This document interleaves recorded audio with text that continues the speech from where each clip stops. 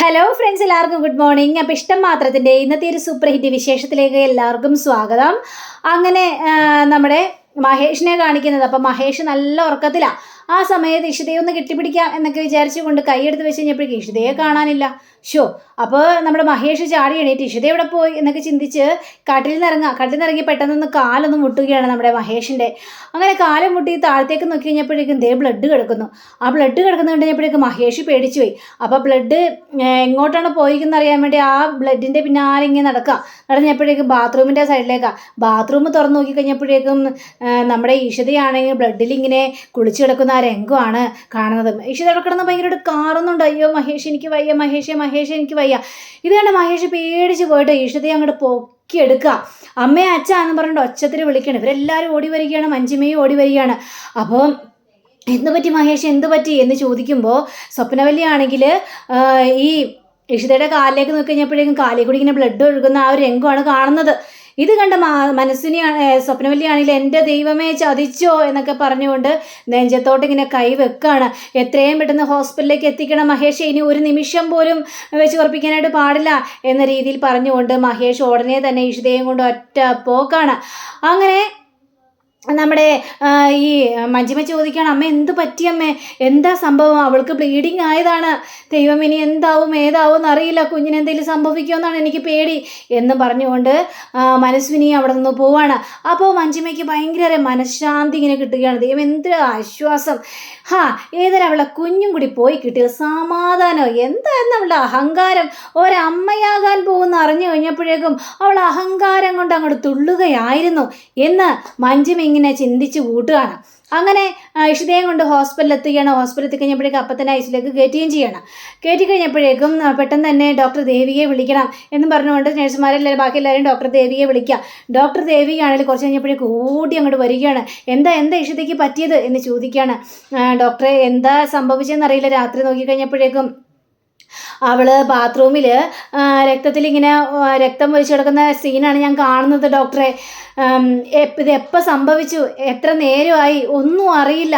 ഇഷിതയാണെങ്കിൽ ഞങ്ങൾ വിളിച്ചത് പോലുമില്ല. ശരി, ഞാനിതിലങ്ങോട്ട് ചെല്ലട്ടെ എന്ന് പറഞ്ഞുകൊണ്ട് ഡോക്ടർ നേരെ കയറി ഓടി ചെല്ലുകയാണ്.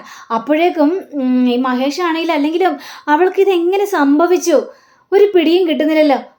പ്രിയാമണി, എൻ്റെ ദൈവമേ, എൻ്റെ മകൾക്ക് ഒരുപാട് ആഗ്രഹങ്ങളെല്ലാം കൊടുത്തിട്ട് പകുതിക്ക് വെച്ച് ഇല്ലാതെ ആക്കല്ലേ. അവൾക്ക് അവളുടെ കുഞ്ഞിനെ തിരിച്ചു കൊടുത്തേക്കണ ദൈവമേ. അവൾക്കും അവളുടെ കുഞ്ഞിനും ഒരാപത്തും വരുത്തല്ലേ. എൻ്റെ മോൾക്ക് ഇത് എന്തൊരു കഷ്ടകാലമാണെന്നൊക്കെ ചോദിക്കുകയാണ്. അല്ല, ഇഷിതയ്ക്ക് ഓൾറെഡി ടെൻഷനുള്ള കൂട്ടത്തിലാണ്. എന്തെങ്കിലും കേട്ട് കഴിഞ്ഞിട്ടുണ്ടെങ്കിൽ അപ്പോൾ ടെൻഷൻ അടിക്കും. ഇതേപോലെ നേരത്തെ സംഭവിച്ചിട്ടുണ്ട് അമ്മേ. കാരണം അവൾക്ക് ഇതേപോലെ ഒരു വയറുവേദന വന്നു കഴിഞ്ഞപ്പോഴേക്കും ഞാൻ ഹോസ്പിറ്റലിൽ പോകാമെന്ന് പറഞ്ഞതാ. പക്ഷെ എത്ര നിർബന്ധിച്ചിട്ടും ഇഷിത ഹോസ്പിറ്റലിൽ പോകാനായിട്ട് തയ്യാറായില്ല. ഹോസ്പിറ്റലിൽ പോകണ്ട, എനിക്കിപ്പോൾ കുറഞ്ഞു. കുറച്ച് കഴിഞ്ഞപ്പോഴേക്കും അത് മാറുകയും ചെയ്തു. അന്നും ചില ടെൻഷനിലെല്ലാം ഇഷിതയ്ക്ക് ഉണ്ടായി. അവൾക്ക് ടെൻഷനൊന്നും താങ്ങാൻ പറ്റാത്തൊരവസ്ഥയിലാണ് നിൽക്കുന്നത് എന്ന് പറയാം. അപ്പോൾ ഇത് കേട്ട് കഴിഞ്ഞപ്പോഴേക്കും സ്വപ്നവല്ലി ആണെങ്കിൽ ഇനി മഹേഷിനോട് മറച്ചു വെച്ചിട്ട് ഒരു കാര്യമില്ല. ഇത് കേട്ട മഹേഷ് എന്ത് മറച്ചു വെച്ചിട്ട് കാര്യമില്ലാന്ന്. അത് പിന്നെ മോനെ മഹേഷേ, ഇന്ന് മനസ്വിനെ ഇഷിതയെ കാണാൻ വേണ്ടി വന്നിരുന്നു. ഇത് കേട്ട മഹേഷിൻ്റെ സ്വഭാവം തന്നെ അങ്ങോട്ട് മാറിപ്പോവാണ്. മനസ്വിനി വന്നിട്ട് ഇഷിതയെ കാണണമെന്ന് ഒരുപാട് പറഞ്ഞു. ഇഷിതയെ കാണാൻ പോലും ഞാൻ അവരെ സമ്മതിച്ചില്ല. അപ്പോഴാണ് എന്തോ ഇതുപോലെ ഇഷിത അങ്ങോട്ട് അവരുടെ മുന്നിലേക്ക് വരുന്നത്. പിന്നെ അവർക്ക് വായ തോന്നിയ കാര്യങ്ങൾ മുഴുവനും പറഞ്ഞു. ആ സമയത്ത് പ്രിയാമണി അവിടെ ഉണ്ടായിരുന്നു എന്ന് പറയുകയാണ്.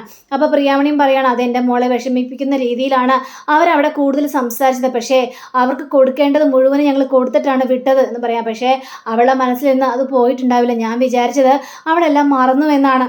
ഇത് കേട്ട മഹേഷ് ആണെങ്കിൽ ഇല്ല, ഇഷിതയുടെ മനസ്സിലേക്ക് ഒരു മുറിവേറ്റ് കഴിഞ്ഞിട്ടുണ്ടെങ്കിൽ അവൾക്കത് പെട്ടെന്ന് മറക്കാനായിട്ട് സാധിക്കില്ല. അതുകൊണ്ട് അവളുടെ മനസ്സിൽ തന്നെ ഉണ്ടാകും. അവളുടെ മനസ്സ് അത്രയും വേദനിച്ചു കൊണ്ടാണ്, ടെൻഷൻ ആയതുകൊണ്ടാണ് അവൾക്ക് ഇങ്ങനെയെല്ലാം സംഭവിച്ചത് എന്നൊക്കെ മഹേഷ് പറയാണ്. ഞാൻ അവരെ വെറുതെ വിടില്ല. എൻ്റെ ഭാര്യയെയും എൻ്റെ കുഞ്ഞിനെയും ഉപദ്രവിക്കാനാണ് അവരുടെ പുറപ്പാടെങ്കിൽ ഞാൻ അവരെ വിടില്ല എന്നൊക്കെ പറഞ്ഞുകൊണ്ട് മഹേഷ് നേരെ മനസ്വിനിയുടെ ഫോണിലേക്ക് വിളിക്കുക. അങ്ങനെ വിളിച്ചുകൊണ്ടിരിക്കുകയാണ്. പിന്നീട് കാണിക്കുന്നത് നമ്മുടെ ഇഷിതയാണ്. അപ്പോൾ ഇഷിതയ്ക്ക് ഒരു ഇഞ്ചക്ഷനൊക്കെ കൊടുത്ത് കുറേ കഴിഞ്ഞപ്പോഴേക്കും ഇഷിതയോട് ചോദിക്കണം, ഇഷിത ഇപ്പോൾ ഓക്കെ ആയില്ലേ എന്ന് ചോദിച്ചപ്പോഴേക്കും ഇപ്പോൾ വേദനക്കൊക്കെ കുറവുണ്ട് ഡോക്ടറെ. എവിടെ തനിക്ക് ഒരു കുഴപ്പമില്ല ഡോക്ടർ, എൻ്റെ കുഞ്ഞ് അതെ പെർഫെക്റ്റ് ആണ്, ഒരു കുഴപ്പം, യു ആർ ഓൾ റൈറ്റ് എന്നൊക്കെ ഇങ്ങനെ പറയുകയാണ്. അതുകൊണ്ട് ഇനി പേടിക്കണ്ട കേട്ടോ, അത് ചെറിയൊരു ബ്ലീഡിങ് അല്ലേടോ, പിന്നെ താനെന്തിനാണ് ഞാനിവിടെ ഒരു പരക്കം ഞാൻ ഓടിയെത്തിയത്. കാരണം എൻ്റെ മോളുടെ ഡെലിവറിക്ക് പോലും ഞാൻ ഇത്ര ടെൻഷൻ അടിച്ചിട്ടില്ല. പക്ഷേ ഇഷിത തനിക്കൊരു ആപത്ത് വന്നു കഴിഞ്ഞപ്പോഴേക്കേ എനിക്കത് സഹിക്കാൻ പോലും പറ്റിയില്ല ഡോക്ടറെ. അത് പിന്നെ ചുമ്മാ ഒരു ടെൻഷൻ, അങ്ങനെ ഞാൻ പറഞ്ഞിട്ടില്ലേ, ടെൻഷൻ അടിക്കരുത് പേടിക്കരുത് എന്നൊക്കെ.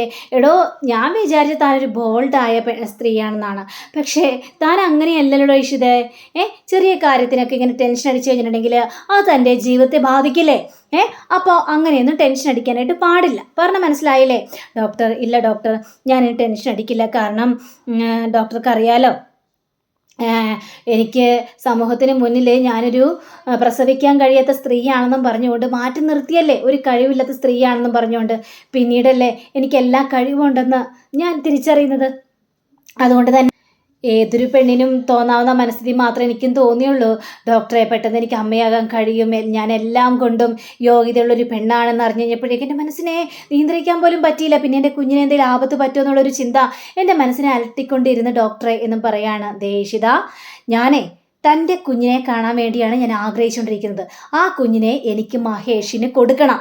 അങ്ങനെ എനിക്ക് കൊടുക്കാൻ പറ്റിയില്ലെങ്കിൽ ഞാൻ ഈ ജോലി രാജിവെക്കും. പിന്നെ ഞാൻ ഞാൻ എൻ്റെ തലയിൽ വെക്കില്ല ഇഷിത, അത് ഉറപ്പുള്ള കാര്യം തന്നെയാണ്.